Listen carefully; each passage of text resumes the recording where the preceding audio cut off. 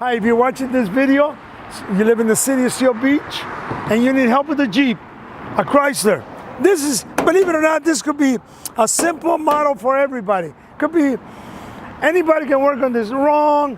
The owner found out about it. The owner brought it to me. The fuel pump was not that easy to replace. They had brought the wrong fuel pump. My shop foreman recognized it immediately. It's got a 24-volt battery system.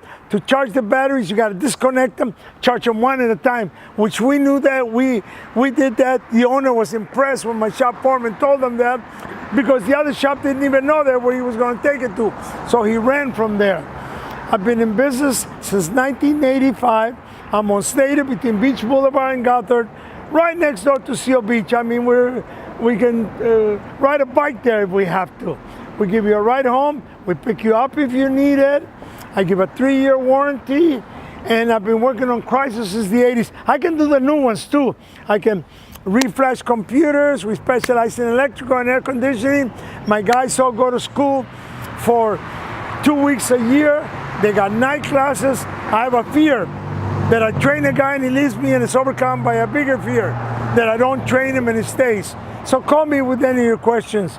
Francisco's Automotive, 714-375-2661.